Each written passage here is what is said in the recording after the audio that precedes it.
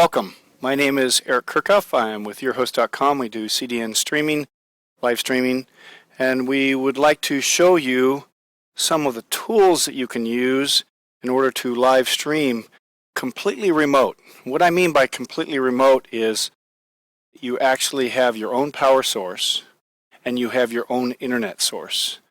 This is really great for organizations such as churches that meet in halls, community centers, and lots of other places.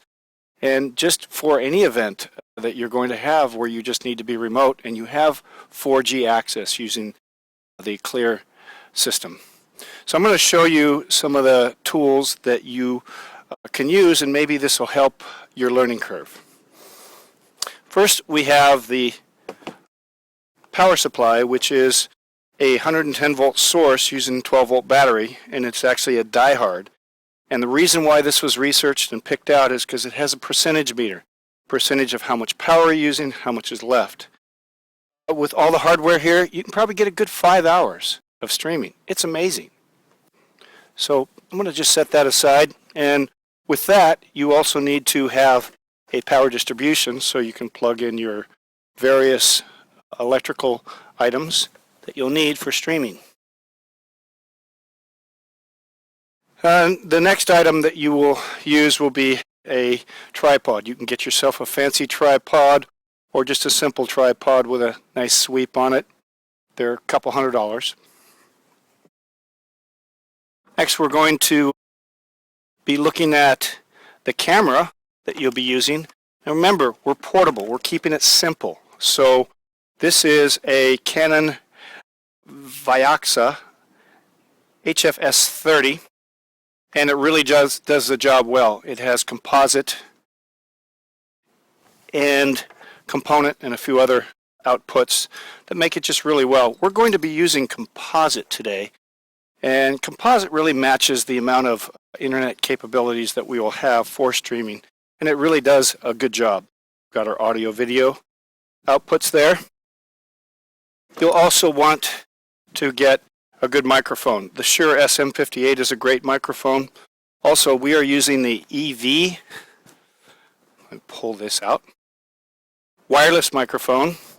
And what I have on my head is a Countryman. They're anywhere from $200 to $600. They're quite expensive, but the EV is like $300, and it really makes the job nice, makes for portability. These two combinations work very well for being portable. You also want to have yourself some gaffing tape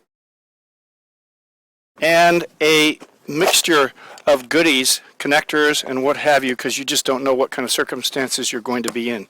Sometimes it changes, and when you have those, it really makes it easy. That's it for this case. Second case is the streaming unit in the heart of this. I'm going to set this aside. Something that you should always take with you, because you never know where you're going to be sitting or operating, is just a simple table. Folding table. You can get these at Home Depot, Walmart, any place. Like $50. Everybody has one for a picnic. I like the 5-foot one. 5-6 foot one, between 5 and 6 feet are great for this type of application. And I'm going to bring our power source up here, also our power distribution. I'll set it behind so we can at least see that while we're setting up. Now we've got our streaming case. This is a Pelican Case. It's a one that we designed to hold the Digital Rapids touchstream unit. We have a mixer and the 4G unit and a little tiny switching box. It's a real basic switching box. I'm just going to lean this up so you can see it all.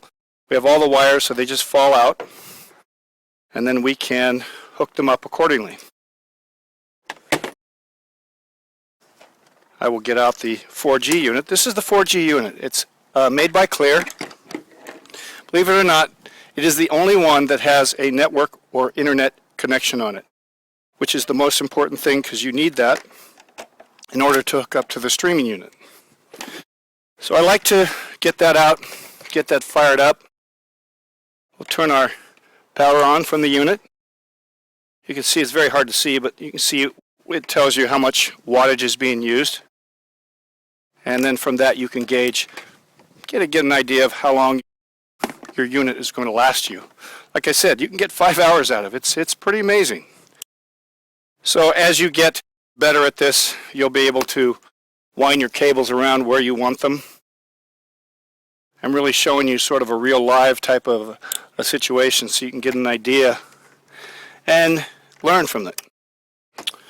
Okay, so now we have our 2 plugs for our streaming unit and for our mixer.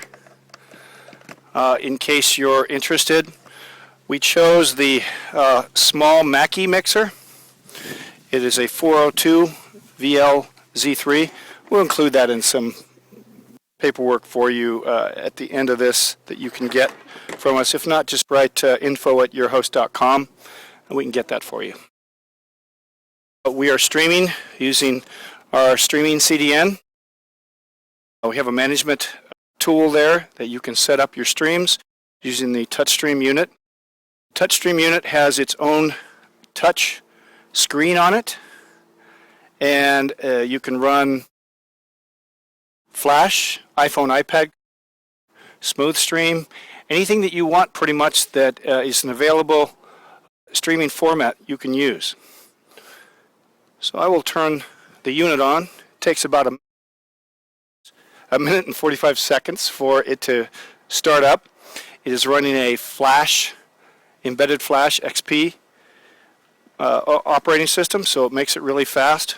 No moving parts, makes it real easy. We're actually going to be recording as we stream, but we're recording to a USB thumb drive that's about 8 gigs. Makes it real easy. We can also record on the camera, and we can use the camera to record an SD card or what have you. But pretty much everything is here, and the only thing that is not here that you might like might be a laptop. So you can hook up to this wirelessly. It's your download that you're dealing with. You get almost a meg up and 5 and 6 megs down. So you can easily be watching your stream as you're running your event and doing other things. I like to keep it simple. We use one clear unit. If we're in an event that's very dependent and is critical, we might have 2 clear units. One only for streaming and the other one for communicating, like Twittering or Facebooking or anything like that, or just any kind of other than the streaming you would use. Nice pair of headsets. Like I said, nothing fancy. These aren't a high-end pair, but they fit in here and they work just fine for the job. I think that's pretty much about it. You can also have your inputs for your mixer boards, like if you have a mixer board that you're at an event and they have inputs for you for audio, you can get it right there.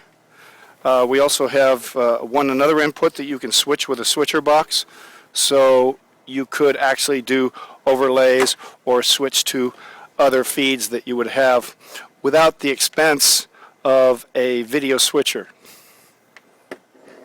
That's about it for now. We hope that you found this helpful in getting set up in the area of remote streaming. You're welcome to visit us at yourhost.com or just pick the phone up and give us a call. Got new technology, old-fashioned service. Thank you very much, and look for more of our videos.